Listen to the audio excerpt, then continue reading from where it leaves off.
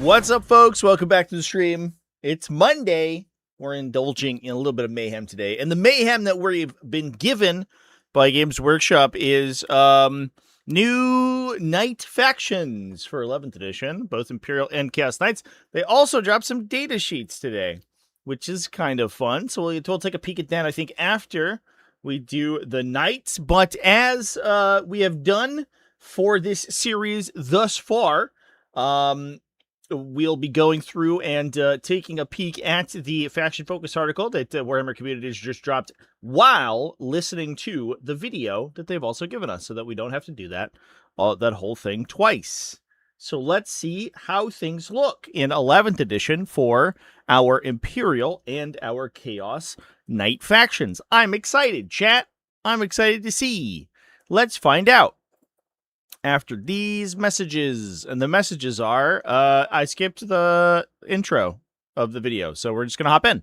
Boom. Right, well, let's jump straight into We've got 6 to go through. We do. 3 for the Imperial Knights, 3 for the Chaos Knights. The first one up is Dominus Foe Breakers. This is an Imperial Knight detachment, and this is one that works with your the Dominus class. Yes, this is specifically entirely focused on Dominus class Knights. Now, I should have mentioned, talking about the prospects of the factions, the way the armies are designed now in...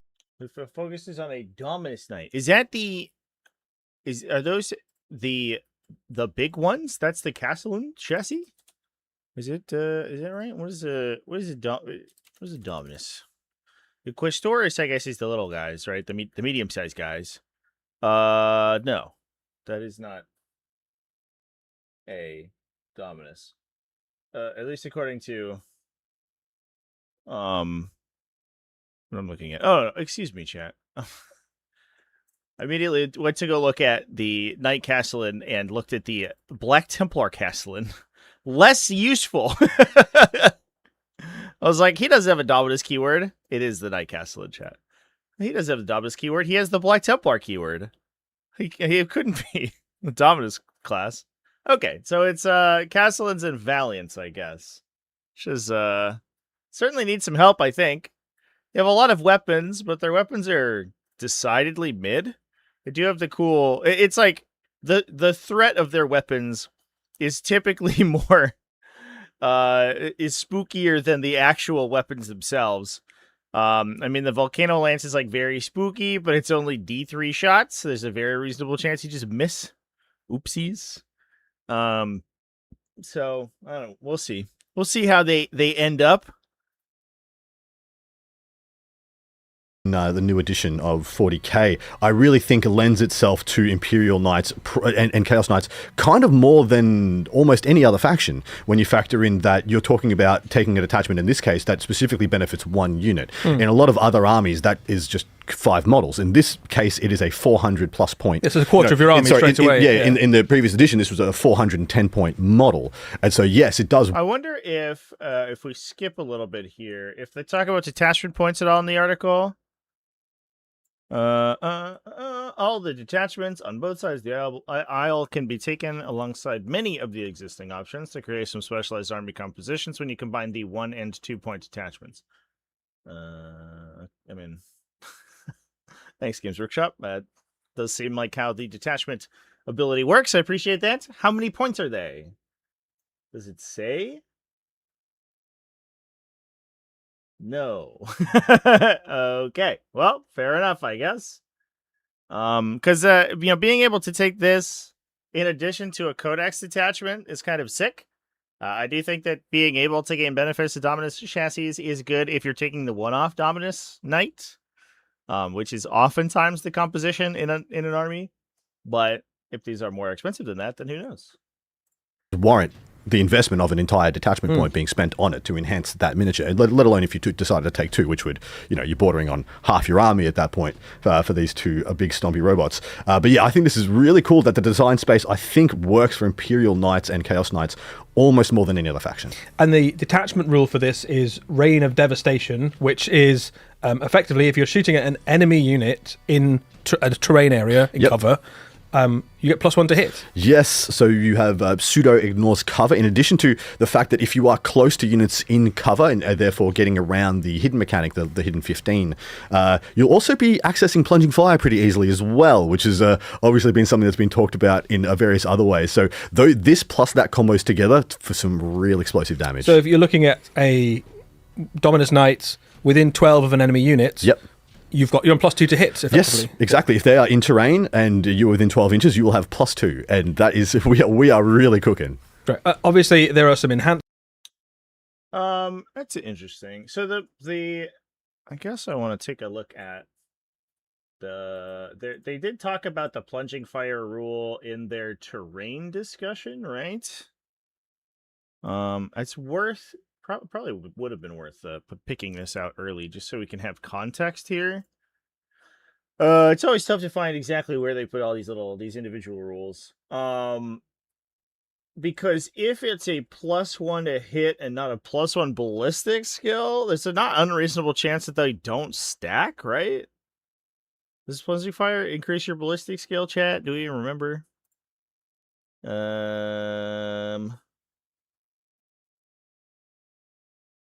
Red tier rules, unboxing. Where's the terrain rules article? I think that we are past the new edition release. Brutal.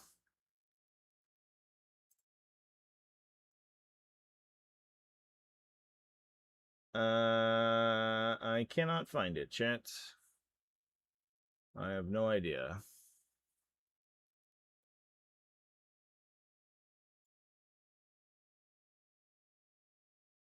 All right, I'm gonna give up. I have no idea where to find it. Also, this search function's like useless. Like if we look up, I think Battlefield is like what it talked about. Terrain objectives, maybe. Nope. Get fucked, I guess. Terrain. Take cover. Hidden and obscuring, primary mission stuff. Plunging fire! We found it! +1 ballistic skill. Yay! Alright, cool. So it does stack with the +1 to hit from terrain features. We have done it. The search function did save us. I was wrong to decry it. So we can get +1 ballistic skill and +1 to hit. We can chew through the -1 ballistic skill from enemies being in cover. If you do indeed naturally ignore cover for whatever reason, you have a immolator shooting at your target or whatever, you can hit on 2s even if your opponent doesn't benefit from cover and you don't benefit from plunging fire. So this will, I think, in many cases, make the Dominus chassis just hit on 2s, right? The number of combinations of effects that you can apply to these guys will just make them be 2+ to hit. Enhancements and some stratagems that also work with this. We're going to have a look at one of the enhancements and two of the stratagems. The first up is an enhancement called Blessed Plate, which you'd imagine is for a Dominus class knight, and it makes your already very durable knights even tougher. Yeah, this is +1 toughness. You go from toughness 12 to toughness 13. And I can tell you right, we love that. Heights of toughness. Undreamt of. The only toughness 13 model in the game, in the edition that we're leaving, is the Great Unclean one, which gives itself +1 toughness. And that is one of the hardiest miniatures in the game to remove, especially if they take an enhancement. We're now at that same level with the Dominus Knight, with your 28 wound chassis at toughness 13, which means it is everything in the game pretty much is wounding it on 5s, unless they have high strength and pluses to wound, in which case it's 4s. And so you kind of never getting wounded on 3s, unless, Flawless Blades with their specific ability. But this is so powerful against your las cannon equivalent profiles, which would usually have been wounding you on 4s, so and now they're going to go to 5. On 3s? That's what? Flawless Blades with their specific ability. It's 4. In the game pretty much is wounding it on 5s, unless they have high strength and pluses to wound, in which case it's 4s. And so you kind of never getting wounded.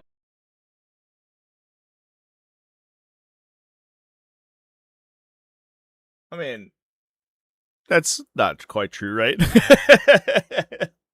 It's just +1 toughness.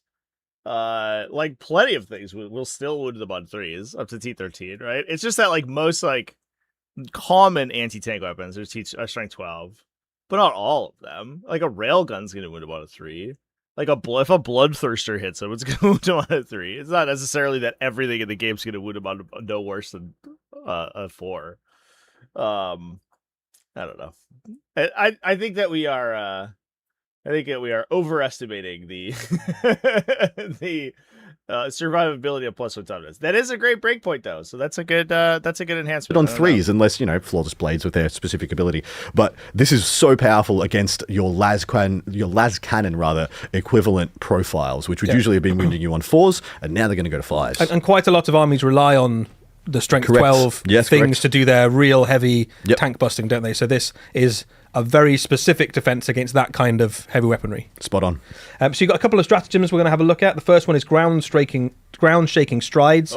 This is an ability that makes your Dominus Knights move a little bit faster. Yeah, 1 command point for +2 move. So one of the biggest downsides for the Dominus chassis is that it is only movement 8, which is very good on most units in the game, but movement 8 when you need to clear terrain pieces, you need to get yourself into the firing lanes more effectively, look around corners, etc. The +2 move, I think, is very key. In addition, it combos extremely well with one of the army abilities where you pick your Oath and your Deed, and one of those is also +2 move. So you could all of a sudden be going to movement 10, movement 12, with this plus that army rule. I think the terrain interaction there is quite important, isn't it? Yes, because you can move over a lot of terrain, but you can't stop your move on top of it. So actually just having that movement to clear the piece of terrain completely becomes very useful. Yeah, in addition to the towering rule, of course, new edition, things are going to change. But right now, one of the biggest things a knight could ever do is be behind one piece of terrain and therefore, be obscured, can't be shot. You're behind a piece of terrain off the footprint, and then step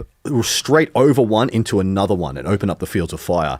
And that movement 10 and then movement 12 really opens up that playbook. It also combos really nicely with some of the shorter range stuff. He just implied that the the towering would change. I don't know why he was like, in the new edition things are going to change, but in 10th edition this is how towering works.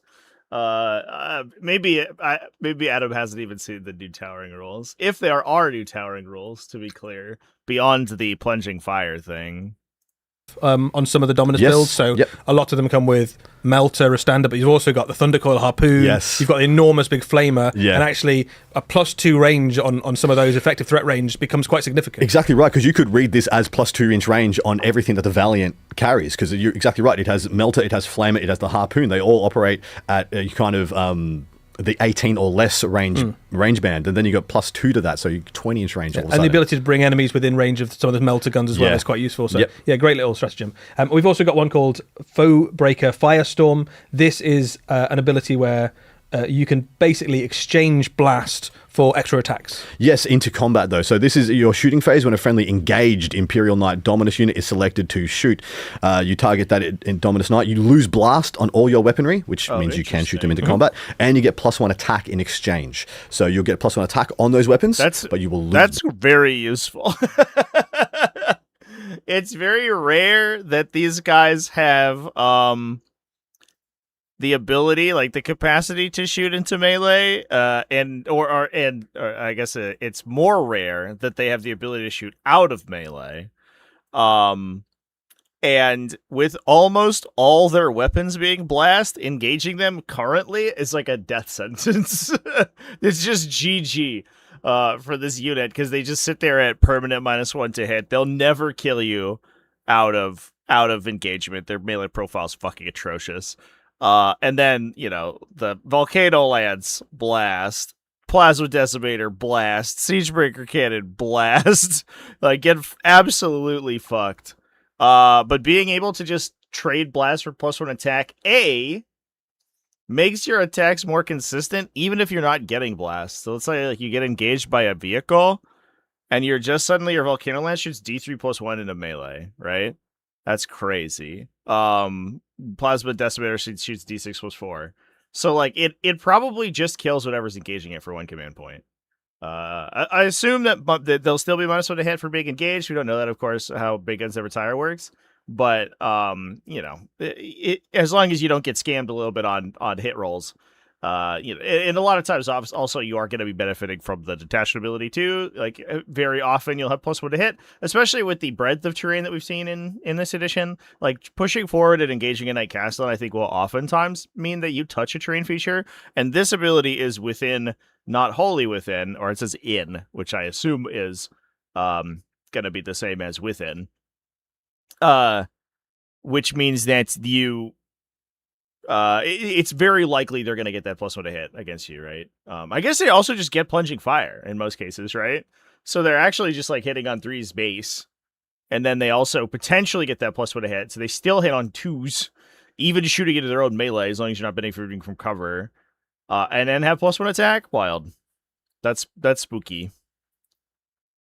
Blast. So this is a really, really good ability, because one of the key ways to shut down some of these big Dominus Knights is that the fact they're quite anemic in combat comparatively to some of the other chassis. And so you have your 4 stompy feet attacks that are at hitting on 4s. They're not going to do much against most units. Really. Correct. Yeah, they're going to get at best 4 hits. They're only hitting on 4s as well, but there are strength 8, AP 1, 2 damage. But as soon as you take away blast and give +1 attack, this starts to get really exciting. Yeah, so if you've built your knight army around the biggest knights, basically, that's a great detachment to go for. Just taking 1 Castellan or Valiant in Imperial Knights, I think already activates this enough. Yeah, just a single one. Just a single mod is worth the investment. Great. Yeah. Next up, we've got the Questor Forge Pact.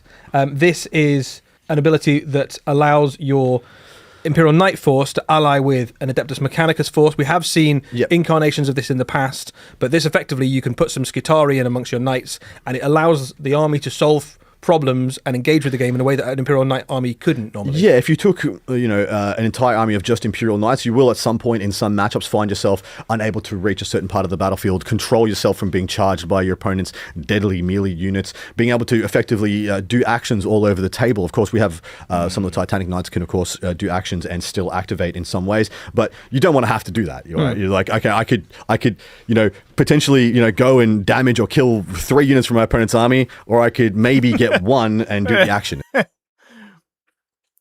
I do appreciate here that they do say see Codex Adeptus Mechanicus, but I do wonder about the providence of including ranger units in your army.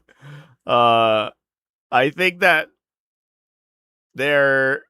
someone will make the argument that they can include Eldari Rangers in their army because they just have the Ranger keyword. They just have exactly the same keyword as exists in Adeptus Mechanicus. I don't know if there are rules governing italicized text. We have them in Breachstorm, where italicized text is considered like rules commentary, but not necessarily rules itself. I don't think that they have the same distinction in 40k, so it will be the Ranger keyword units from Codex Adeptus Mechanicus, but that is incredibly funny. It doesn't say you can include Adeptus Mechanicus units with the following keywords. It says you can include Ranger units. That's good. That's good, chat. Good for a laugh.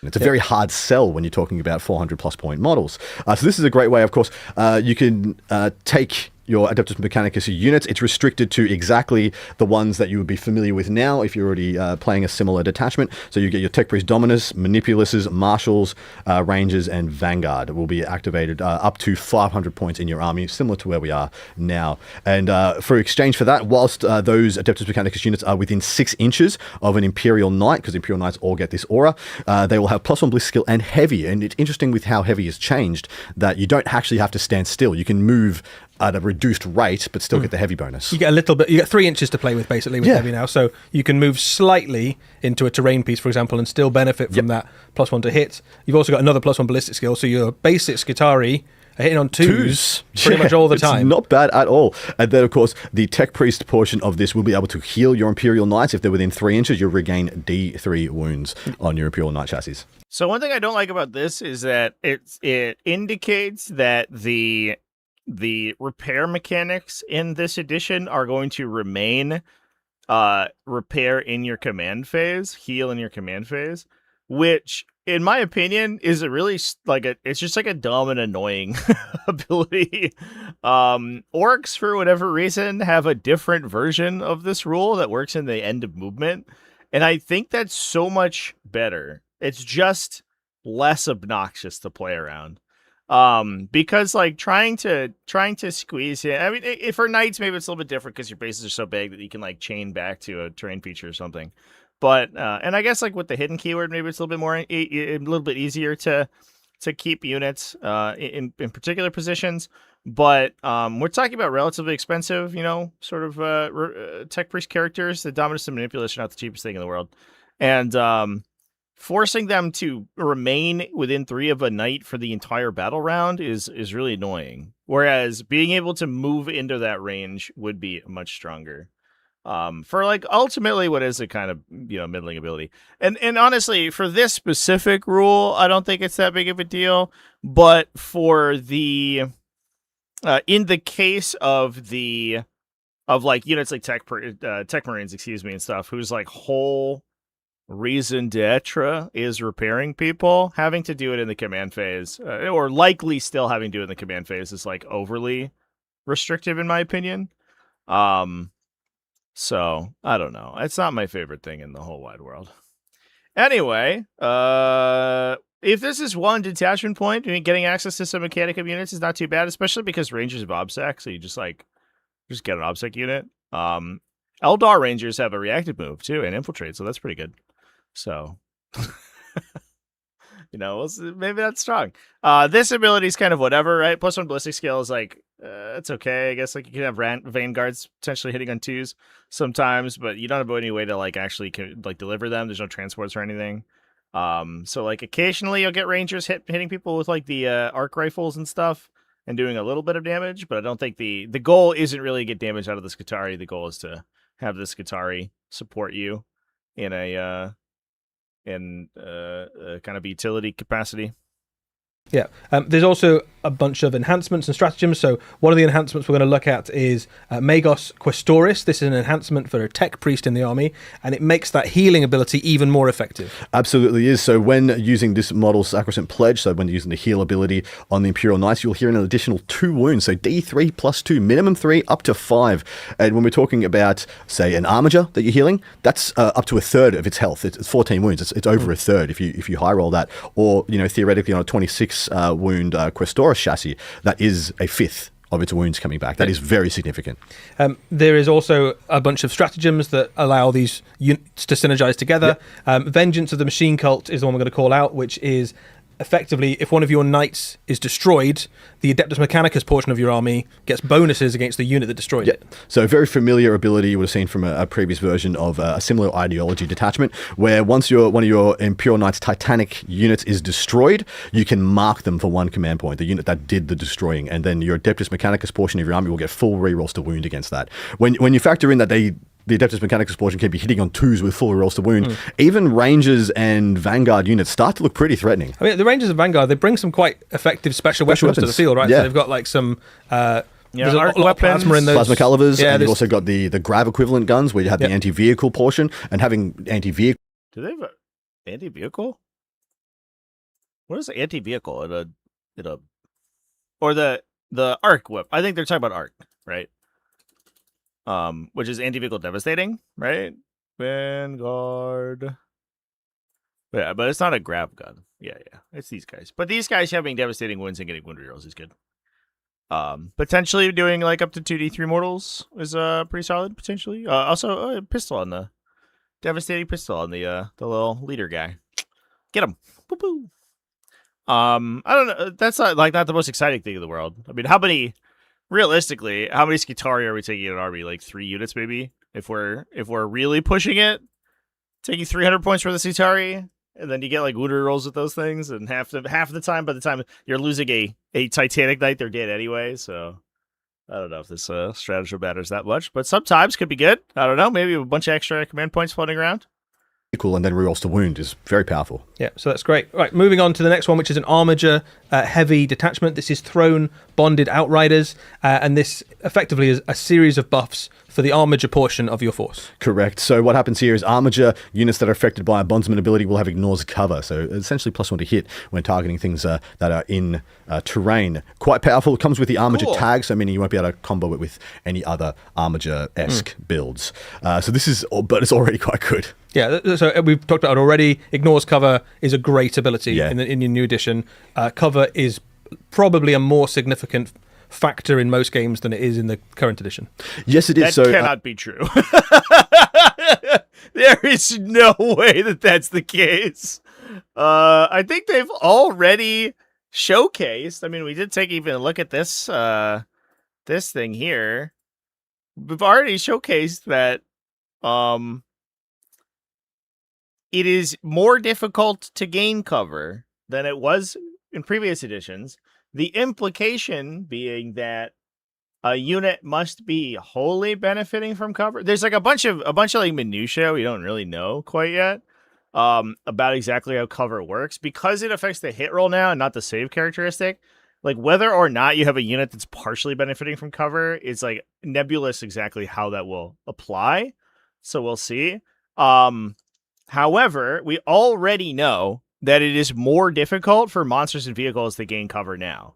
It is not significantly more difficult, but it is more difficult. Not to mention the fact that it is a much more like overcomeable effect, right? It's so much easier to overcome a ballistic skill modifier than it is an armor penetration character or an armor save modifier, right? That would shock me if ignore cover became more valuable in 11th edition than it is in 10th.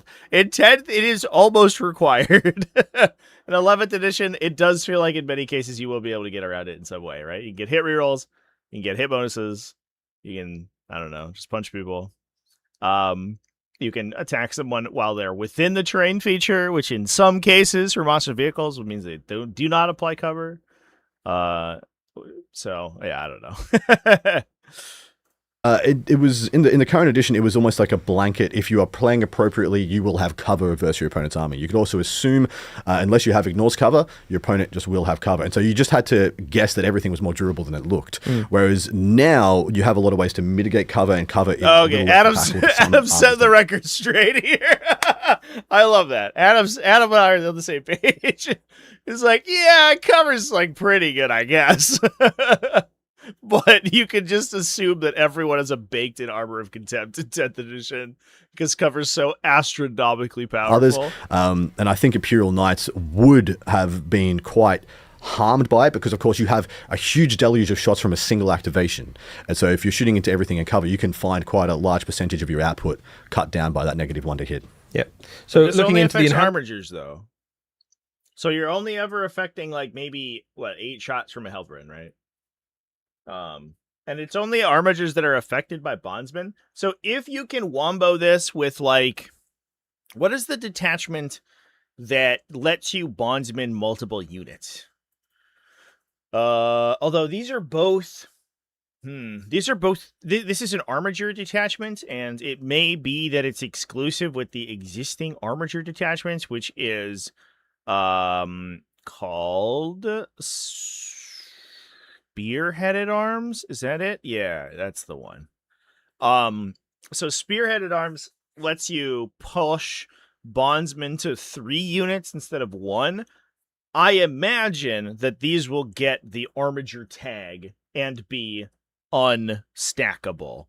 If you could stack this, that would be pretty good. But in a lot of cases, right, we're like giving +1 to hit through bondsmen. And I guess like doubling that up with ignore cover is like, that is a lot, right? Then you start to shoot into cover and hit people on 2s.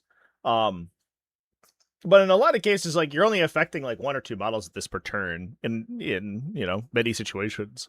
And so I don't know like if it's like massively impactful. It's not like we're giving this to a Knight Crusader who's shooting like 30 times. We're giving this to an armiger who's going to shoot like 3 times. So, I don't know. I don't want to overstate how impactful these abilities are. Enhancements, we've got one called Ancestral Overbleed, which is an upgrade, which means you can put it onto a non-character unit like an armiger, and effectively allows you to fire Overwatch or heroically intervene for 1 less CP. 1 less CP, which means Nice. you could theoretically use this for 1 CP to charge your opponent in their turn within 6 inches without anything That having is to pretty be good charged for for the second warglaives. tick of the heroic Just being intervention able to stratagem. mess with And then, of course, you get the objectives. Overwatch do that snap shooting ability It's for solid. free. Now, why I really like the new direction of design with detachments is that usually you couldn't really put enhancements on armigers. They weren't characters, unless it's specifically said in the detachment that I get to upgrade armigers to become characters, like there was for a previous War Dog detachment, base detachment. The new change to having enhancements be upgrades for units as well really increases the design space for armiger based armies. Yeah, so you can imagine you position an armiger to kind of watch an objective, waiting for the enemies to either move onto it and overwatch them, or move onto it and sort of countercharge into them. So you can use that to help into your objective play. Also helping you with that objective play, you've got Neural Lash, which is a way to unbattle shock one of your armigers. Yeah, so one thing that is true about both versions of Imperial Knights and Chaos Knights, they're a relatively low leadership army, as in by low I mean high. So they come in at 7 and 6 as their two basics. Your big knights are still only leadership 6, and then your small knights, your armigers, your war dogs, etc., leadership 7. So they fail half the time almost, a little bit less than half the time. And then once you're battle shocked, unbattle shocking becomes a chore and becomes hard, especially when you're talking about units that are, OC6 for a single model. These are quite impactful things you need to be going and doing actions in the spread of your army. These are the pieces you need to be doing actions with. And so, if they're battle shocked, you can't really use them to generate a score. You also, for the most part, you've got that kind of line. Unironically, this is really good to strat, right? This is I guess you can't use this on a model that's about to battle shock, right? So because I assume that the command phase is still broken into command phase and then battle shock step, and you can't use command phase abilities in the battle shock step. I imagine that interaction is not changing. Assuming that that's the case, if your armiger is about to test for battle shock, but isn't currently battle shock, this isn't helpful. However, what this does do is it prevents you from having to retest for battle shock after you already get battle shocked, which, to be clear, is good because you are unable, as they discussed previously, to insane bravery units that are currently battle shocked. So this is one of the few ways that you can unbattle shock without testing, which is actually kind of sick. I like that. That's a good strat, actually. I think that's going to be very useful.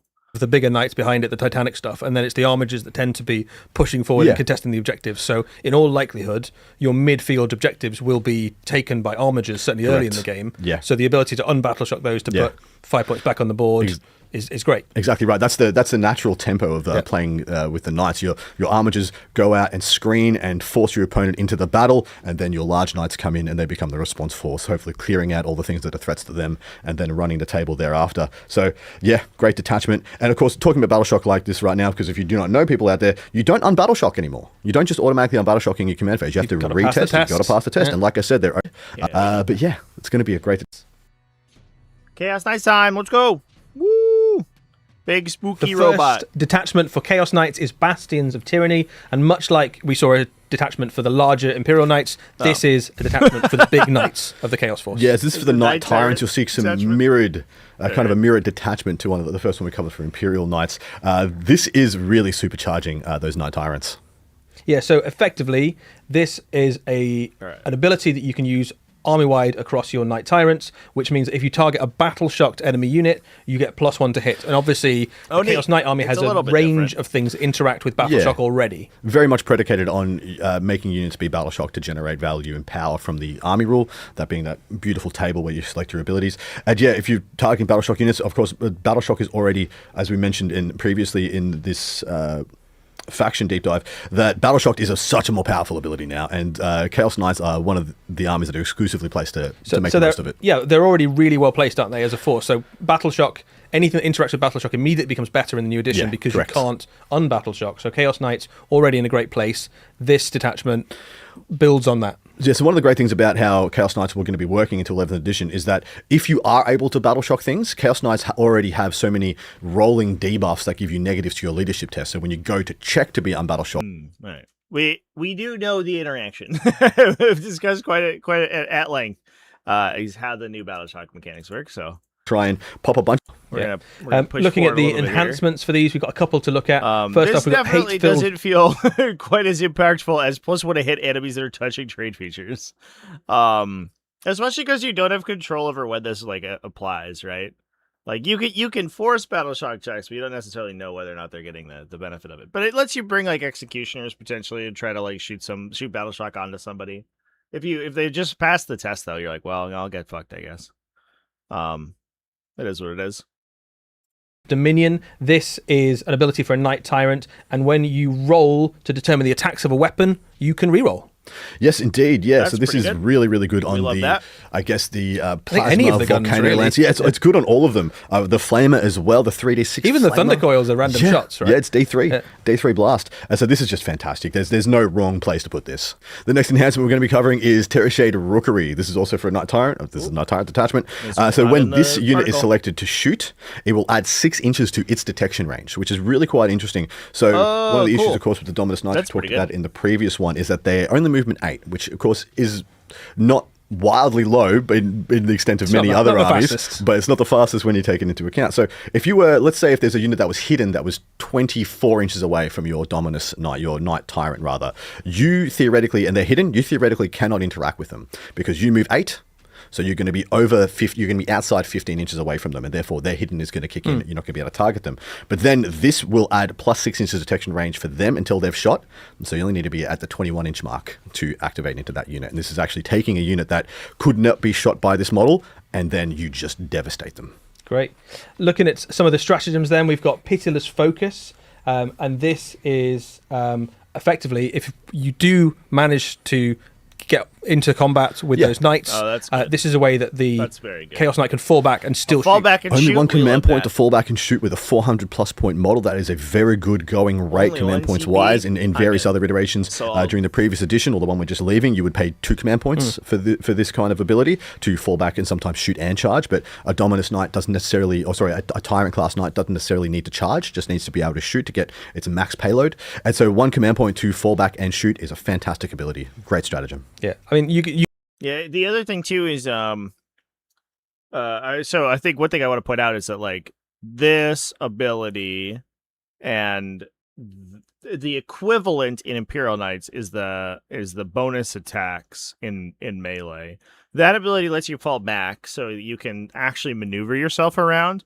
This effect also requires that you're engaged. So, like the Chaos Knights can access very similar effects, right? The plus, instead of +1 attack, they reroll shot count. That's an enhancement, but they get the enhancement all the time, whereas this one requires that you're engaged. And then if you are utilizing that, you can just pay a CP to fall back and do stuff, which is obviously huge. Like being able to not get like just body blocked off of objectives or whatever is big. Force your opponent to come back in, potentially open them up to like Overwatches and heroic interventions and stuff. Feels good. I don't know. This is like just win mostly of a stratagem for sure. You can normally shoot when you're in combat because you're a knight, but that means that you can add that 8-inch move effectively to the range. So you could be right in amongst the enemy army. If you've chosen Thunder Coil and Flamer, you could move over that enemy unit, shoot the thing that's behind them, potentially. Because you can use this aggressively as well, and just, people won't be expecting you to be charging around with your Dominus Knight. That actually isn't that powerful in combat. It just has those 4 attacks hitting on 4s. But, if you know the unit can't damage you, like it's a unit of guardsmen or whatever, just go in there, get stuck in for a turn, 1 CP, fall back, go into their back line, get an angle, use the harpoon. Sounds good to me. Effectively removing one of the ways that people deal with those kind of knights. One of the major weaknesses of the Tyrant and Dominus classes. Next up, we've got the Iconoclast Fiefdom. This is a detachment that allows you to input Chaos Mortals, basically. Yes. Cultists, that sort of thing, to fight alongside your Chaos Knights. I don't know if I realized how insanely, just massively thick the Cult Demagogue's thighs were. Jesus Christ. That is some cake. Like the Adeptus Mechanicus with Imperial Knights, but this is more of a meat shield, I think it's fair to say, to send off in front of your knights. Yeah, much cheaper units, won't necessarily do as much damage as, say, the Skitarii Rangers and Vanguard, but much cheaper. So what you'll get here is you get up to 500 points of damned units. It's very similar. Yeah, a lot of cultists for 500 points. That's a lot of cultists. So people won't be too dissimilar or unfamiliar with this concept. So 500 points of damned units, and then they'll all get to reroll leadership tests, which is quite key because, like we said, if a unit of cultists gets battle shocked in the new edition, they might never become unbattle shocked. And I think again, it kind of leans into the. I don't believe, or I would assume it to be the case that you cannot use Dark Pacts because your army faction is not Heretic Astartes. If you are taking them in here, so like there is this leadership thing. I don't believe that any of these units have non-Dark Pact, like, leadership affecting abilities, right? Oh, awesome. The Cult Firebrand already does that. That's funny, actually.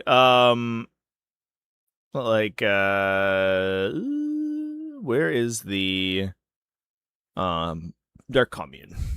Dark Commune's like over here. Like, they don't have any leadership stuff, right?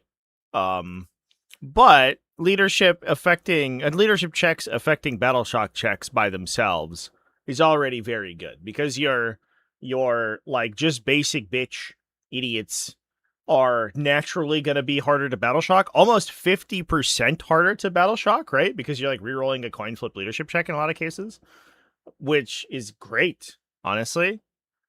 Honestly, might be probably a stronger benefit than like +1 to hit. Plus a contextual +1 to hit you get from Skitarii in the equivalent detachment the opposite way. Given the fact that these are units that you want to be sitting on objectives and applying their OC, a reroll on leadership is incredibly strong. Does this replace Iconoclast Fiefdom? This is Iconoclast Fiefdom, so no. I don't know. I don't know what the answer to that is.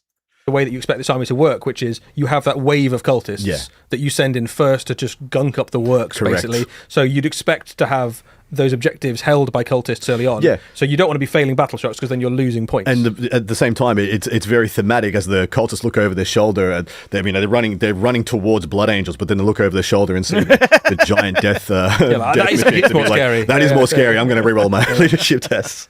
There's some great little combos as well. Like, I know that the spoiler will kill me if I run off the objective right now. To use alongside the damned units and your Chaos Knights, you've got an enhancement called Cruel Lashmaster. That basically means that if the damned units, your cultists, are near a Chaos Knight, they go faster. Yes, they'll get plus 2 inches to either their normal advance or fallback move. Wait, not bad at all, because it's on the Chaos Knight, so you can move the Chaos Knight to be in range of the damned unit before you fall the back, before you move them or advance them. So you really get to take this ability and shift it around as you need it in order to launch a damned unit, advance them. Move the advance or fallback move. Yes, they'll get plus Chaos Knights. You've got an enhancement called Cruel Lashmaster. That basically means that if the damned units, your cultists, are near a Chaos Knight, they go faster. Yes, they'll get plus 2 inches to either their normal advance or fallback move. Not bad at all, because it's on the Chaos Knight, so you can move the Chaos to take this ability and shift it around as you need it. I imagine it's a 6-inch aura off the Chaos Knight, right? It's got to be. But even so, that gives you an 8-inch move top of 1 to go and grab objectives. If you are taking accursed cultists, not Dark Communes, but accursed cultists, you can scout that, move that first, and then move them at +2, which is actually sick. We love that. That's good. In order to launch a damned unit, as many that are in range. Yeah, so it's not +2 move to one unit, it's +2 move to everything that's in range of your large within 6 inches, so and it is a big base. Oh, all those 500 points worth of stuff. It's a lot of real estate. Yeah, so there's a stratagem which is called Dark Sacrifice, which is effectively a way of trading Chaos Cultists for wounds on your knights. This is kind of big. So this is 1 command point in your command phase. A friendly damned unit within 9 of a Chaos Knight. That isn't an accursed cultist unit, so you can't get a feel no pain. But essentially, D3 plus 3 of that damned unit will die, but you'll get that many wounds back on a Chaos Knight. So you're exchanging a toughness 3, no save wound Chaos Cultist for potentially, a toughness 12 wound with a 3-up save and an invulnerable save onto a Knight Tyrant. This is kind of a big ability. Yeah, and it's a little bit similar to the way that the Adeptus Mechanicus portion works for the Imperial Knights, where the Tech Priest can heal the Knights instead of healing them with technical know-how. Yeah, they've just sacrificed a bunch of cultists to do it. Soul fuel. Yeah, soul fuel. And yeah, in the Adeptus Mechanicus version, you have to take a character in order to heal. You have to have a Manipulus or a Dominus. Whereas this is just the same. You have to take a character and stand within 3 inches. This lets you do it within 9. This is very good. It's also, theoretically, assuming that the order of operations doesn't change, happens before Battle Shock, so you can try to create a situation where the Chaos Knight unit, you have to be at half strength to force Battle Shock, so most of the time you have to be at 13 wounds or 12 wounds. What is a Chaos Knight Questoris chassis these days? Like an Abominate's 26, so you have to be at 13 to take Battle Shock. So anywhere, you're going to heal D3 plus 3. So as long as you're at 10 or above, this automatically restores you to the point that you don't have to take Battle Shock checks anymore. Which is obviously good because the Battle Shock check could, reverberate if you end up failing it the first time, which would be really bad for a big knight. So being able to heal in this big buffer zone is huge. This stratagem rules. That's phenomenal. Also, it's mortal wounds. So if you do it on, a cursed cultist stonks up. Holy shit. Because the cursed cultists have a feel no pain. So they could potentially not take it. Also, it's D3 plus 3 mortal wounds dealt to the damned unit. So if you have one cultist, the damned unit suffers D3 plus 3 mortals and dies, but still heals the same amount of damage to the Chaos Knight. So even if you overkill, it doesn't matter. It doesn't care about the number of wounds that the damned unit suffers. It cares about the number you rolled on the D3. So if you have one dude sitting around, he could be potentially 6 wounds back on an Imperial or on a big knight. That's crazy. That's very strong. We love that. Oh, it does say excluding a cursed cultist. Yeah, that's true, chat. I did miss that. Fair enough. Cultists. Really encourages you to just go with the lowest common. Yeah, as low to the floor as you can. Yeah. Last up, we've got the Hunting War Pack. This is effectively a War Dogs themed detachment that you can add into your Chaos Knights, and it makes the War Dogs better at hunting down enemy units. Correct. So once per battle round per army in your shooting phase, you can select one visible enemy unit within 12 of a friendly war dog, any friendly war dog, and then you'll get +6 to the detection range. Now +3, we've seen a lot of versions of +3 detection range. It's a very strong ability. Hot damn. But getting +6, it's only against one thing per turn. It's actually quite big though. Again, it kind of plays into the way you expect these armies to work, which is that you have your War Dog screen. So you can imagine your tyrants and things further back. The War Dogs run forward. They're right there. The rest of the army can kind of focus on it and eliminate that enemy unit. Yeah, and I like the way that this works because you want to have little, I guess, almost like a spear tip of war dogs all kind of working together and supporting each other. So you could have one war dog, say Carnival, that's pressing up into the enemy, but then it spots, for the rest of your army, gets +6 into detection range to one enemy unit for your brigands and executioners and stalkers to invest in. Well, it goes off on its merry journey for the jugular. Or you could invest in something like a Carnivore that doesn't have any shooting, and actually its job is just to run off, go, there's an enemy, your enemy shoots that, and they go off and charge. Exactly right. Yeah. Looking at some of the enhancements for this, we've got one called Snarling Rivalry. This is an upgrade. That's an upgrade you can put onto an Executioner. That is your autocannon, basically giant autocannon version of the Armiger Chaos Knight, and it ignores cover. It does. Now, what's interesting is that when we factor in the changing state of cover, as we've said many times in these faction focuses, but because it's now no longer a plus to the armor save, and in the previous edition that we were playing in, or that we're just leaving right now, if you had AP only AP 1, and your opponent, you were shooting something in cover, well, effectively you had AP 0 because the cover would negate the AP 1. AP 1 is a lot stronger of a profile into the new edition of 40k, much stronger. It's a very, very legitimate profile to have. Then having ignores cover, so your executioner will have +1 to hit against units, is pretty nice. Yeah, so that's great. And then last up, we've got a range of stratagems. The one we're going to look at is called Insensate Bloodthirst. This is a Feel No Pain. This is just 1 CP in the fight phase. A friendly war dog will get Feel No Pain 5+. This is awesome. So your toughness 9 with 14 wounds potentially if you're unharmed, and then having a Feel No Pain of 5+ means that your opponent, when they go in to try and kill you, they don't know if you just have 14 wounds. You could have 21 effective wounds that they need to work through with a 5+ Feel No Pain, and so it puts a lot of uncertainty into your It does make mind. a difference. Well, it is, I guess, how go down to dice work. Here is exactly the right number of wounds to remove it, and all of a sudden the Feel No Pain puts an chink in the armor. Yeah, exactly. It makes it a little bit unpredictable, but and makes them survive in situations where you didn't expect them to, and they punch back pretty hard even when they're well damaged. Right, like if you've got a Carnivore punching back into Terminator unit or something like that, they can make a mess. It's a risk. It's an absolute risk. So you're like, oh, I'm going to put 5 Terminators into this carnivore, and they feel no pain. And then you're like, oh no, I might have to charge another unit in. Yeah. And then when they put 2 units in, maybe you don't spend to feel no pain at that point, and then because they've overcommitted, and you haven't even had to spend a stratagem. Yeah, brilliant. In order to force it. Well, Adam, thank you so much. That's a good one to have, I think, especially as a one. If it's a 1 detachment point detachment, and you're also taking that with imagine this alongside an Infernal Lance or whatever with the spoilers, and then suddenly the 1 carnivore you take can just run up and pull detection range on something, and you can kill it top of 1. That's actually huge, and then also that's just a good stratagem to have. It is important to note that it is obviously not shooting phase; it's fight phase only. But this seems really good. I don't know. This is this might be, well, I guess we'll have to play around with the hidden mechanic, right?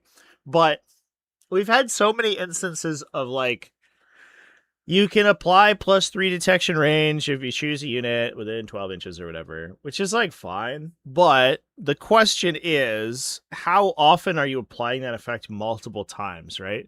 And so being able to restricting it to once, because this is it's an enhanced detection range modifier. Whereas normally you're giving +3 to detection range across the board from these recon detachments, where each one of your recon units could choose an enemy and give +3 detection range. This is a once per round detection range of +6. However, I think that more often than not, you're only using enhanced detection range one time. And having a longer range on that one time, obviously, it is better. I don't know. The number's bigger, so bigger number better. This feels like it's going to be stronger than most of the recon detachments we've seen elsewhere. In fairness, it is also from a smaller breadth of units, because you're only using it off war dogs, which are not exactly cheap recruit units or whatever we have for the Tau one. They're 130 point vehicles, right? But also just generically getting good upgrades and stratagems for them. This is because there's very few armies where you're not going to take any war dogs, and so having army support and support for them feels very natural. The Chaos Knight detachments, I don't know about this. I guess if you are taking tyrants, this is probably good. But I don't know how often you're taking tyrants, to be fair, anyway. But these 2 detachments, the support detachments that they have, assuming that you can take them alongside an Infernal Lance or I don't know if Lords of Dread, anyone cares about that detachment anymore. But assuming you can wombo those together, feels fucking awesome. These seem very good if you're able to staple them onto an existing composition. So that seems pretty cool. I like that. Also stonks up with Battleshock Change. I agree with that too. Yeah, the Battleshock Change is huge for this faction as well, for sure. We'll see. We'll see how they do. Your thoughts. That was Imperial Knights and Chaos Knight. That was We'll be Imperial back very Knights and soon Chaos with more Warhammer 40,000 faction focus. All right. Well, that was pretty neat. I don't know about the Imperial Knight ones. Feel sort of mid, I guess. I don't know. However, I will say I think that these Chaos Knight detachments are actually sick. Now, that's not the only drop we had today. There is also the new Dakkarig has been showcased. Its data sheet is out. Let me get it all reposition here. I guess we can look at the article itself, and then we can look at the data sheet. So they have a second preview article that has the new Dakkarig. Speaking of stompy robots, the new Ork stompy robot is here. I don't think that they really showcase anything in the article itself. It gets a bonus when it targets non-monsters and vehicles. Dread Mob Detachment is good with it. The existing Dread Mob Detachment, I guess they confirm is still there, which we basically already do. Well, hold up. Aren't these getting re-released immediately? Aren't orcs getting the first codex? So I don't know. Does this matter? We'll see. You get the full benefit of rules and stratagems thanks to the Walker keyword. It's also a character. Is it? I think that might be a lie, actually. Makes it the perfect warlord to lead a full dread army. Well, here's a little bit of a sneak preview, chat. What's noticeably missing from this datasheet here is, in fact, the character keyword. So I think that we have determined that that is a lie. This is a weird datasheet because the first time I saw it, it almost looked fake. Just because, like, the font is all bizarre. But it might just be, like, an early version, or they are just changing the fonts that they used for data sheets. Who knows? It does look very strange, though. It kind of is a little difficult to read. It's all like this really squishy font. I don't know. It's very strange. But anyway, the top line's kind of beefy. It's only T8, but it has a 5+ insv. Is that the new invuln save? I thought it was INVS, or I guess it's IN save. All right, I get it. It has a 5+ invulnerable save, and it's 11 wounds, which is kind of a lot. That's an important breakpoint nowadays because it means that it's 1 wound harder to battle shock. Because battle shock happens at half strength now instead of below half strength. Instead of having to be reduced to 5, which is where you would have to be if you were a 10 wound vehicle, you still have to be reduced to 5, but you have to get through 6 wounds in order to do that. So the 11 versus 10 breakpoint on wounds is actually kind of a huge deal. In addition to that, it also gets +6 attacks on its Blitz Cannon when targeting non-monster vehicle. The Blitz Cannon sustained hits 1. It's heavy, so you can potentially get up to a ballistic skill 4. It's strength 7, AP 2 for 2 damage. Now, obviously, like, the AP 2 is much better in the case where cover is not adding to your armor save anymore, so that's kind of a big deal. The downside is that if cover is -1 to hit, I was wondering if we would see orcs gaining stronger ballistic skill, because a lot of times you're going to be shooting into cover to hit on 5s anyway. That doesn't seem to be the case. So I'm a little bit worried about their capacity to actually do any damage, because most of the time this thing's going to be hitting on 6s, maybe 5s, if you move less than half, right? If you move 3 inches instead of 8 inches. So I don't know. You can buff it with a mech, but the question is, like, is the mech worthwhile taking for this thing as opposed to, I mean, I guess, like, on the gamut of orc vehicles, this is probably one of the better ones in terms of, like, concentrating your shooting power. But, you know, is it worth taking a character to try to get this weapon profile buffed up? I'm not 100% sure. I don't really know. It does have a pretty solid rocket launcher attack, though. It's a 6-shot non-blast, so you can fire it in melee, which is cool. Strength 10, AP 2, 3 damage. So it looks like the rocket attacks for orcs are going up in strength potentially, which will help them fighting against sort of equivalent medium vehicles, which was a problem that they had unless they were taking tank busters. And then, like, you're potentially firing 14 shots into infantry with the Blitz Cannon. I'm just worried about the Blitz Cannon's, like, reliability. Honestly, the whole thing's reliability feels very low. Even if you're shooting at, like, a rhino in cover, right? The rocket launcher, even if you're getting a buff from heavy or from a mech, is hitting on 5. So you're getting 2 rocket launcher hits, like 1.4 wounds for 3 damage each. So you're averaging, like, maybe 3 damage from the rocket launcher shot. And then the Blitz Cannon's, like, hitting on 5s, 8 attacks. You hit, like, 2-ish, and then they wound on maybe 1 time. So, like, this isn't even really threatening, like, T9 vehicles that are benefiting from cover, which I think is, like, the big scary part from, rolling these attacks out. But if you're able to catch something out in the open and you can benefit from heavy, the damage output from this thing is likely to be very efficient, I imagine. I imagine it's not very expensive. So, I don't know. I'm curious. The funny thing is this fucking character call out, chat. What the fuck is this, dude? These articles are like a joke at this point. Like, what is that? This is wrong. That's just a lie.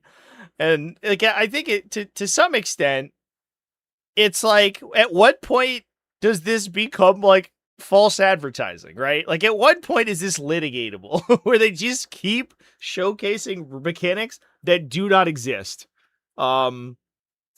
It's crazy. Like, I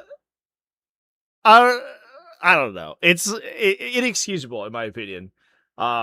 The amount of like confusing, wrong, or like misinformed posts that they're putting out about the new edition stuff. Now, to some extent, like, part of it's just like the fact that we are just getting this volume of updates, but the fact that like it's just this constant deluge, like every article has something that's probably incorrect about it, is fucking wild.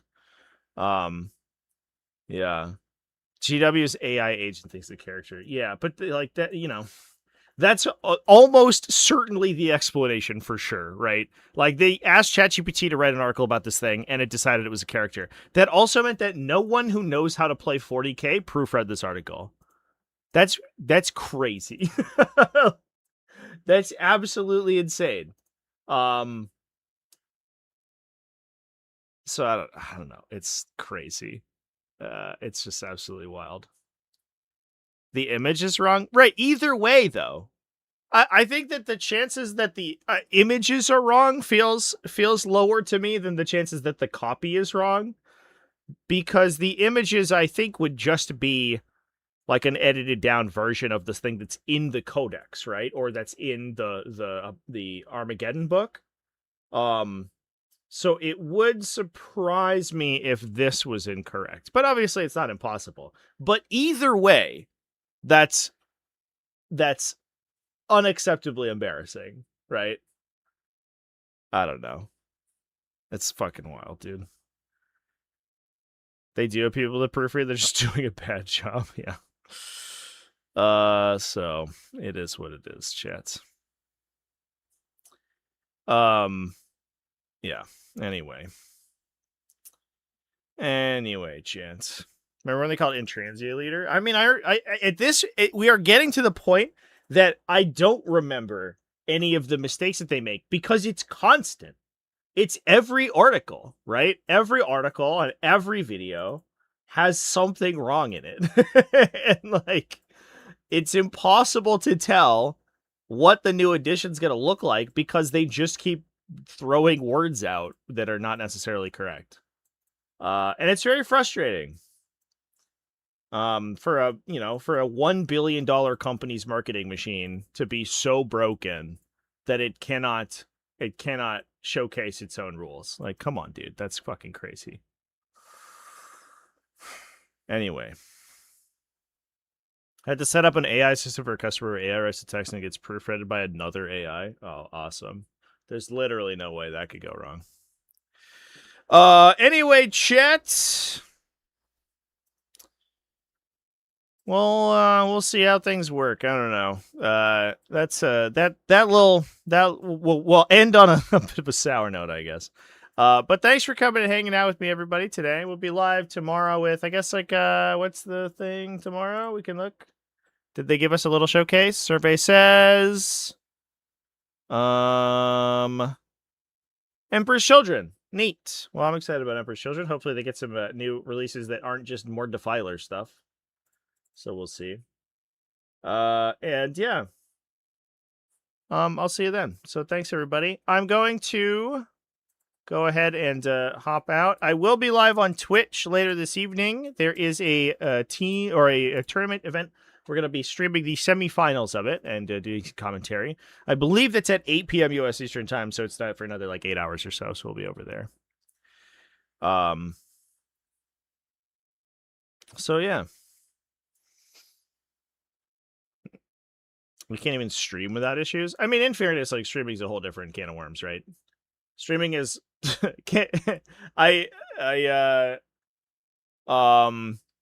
speaking from experience, streaming is very difficult.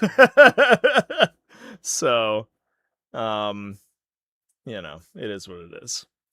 And I do think, like, I think that they don't really have like a very professional streaming team. I have issues, but a lot of what I do is like I have a man portable system that I operate myself, right? So sometimes we run into streaming issues.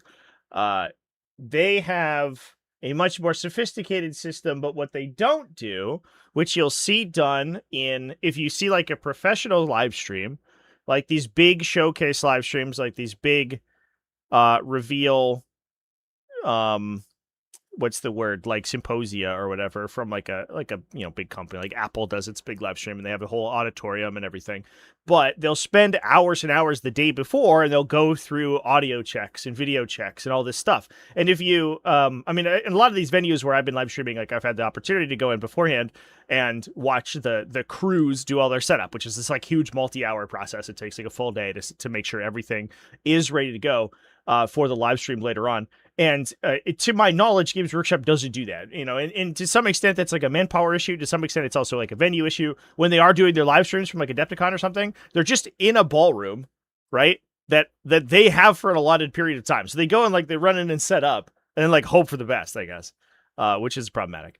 I think the technical issues that come with live streaming are very embarrassing for a company worth $1 billion, but also much more understandable than fucking proofreading your own showcase articles. Come on, guys. That's the easiest thing in the world. Just have someone read them before you post. That's crazy. I don't know. Anyway, chat. Yeah, it is what it is. So anyway, folks, I'm going to go ahead and hop off. I'll see you on Twitch later on this evening. Thanks everyone for watching and have a good one.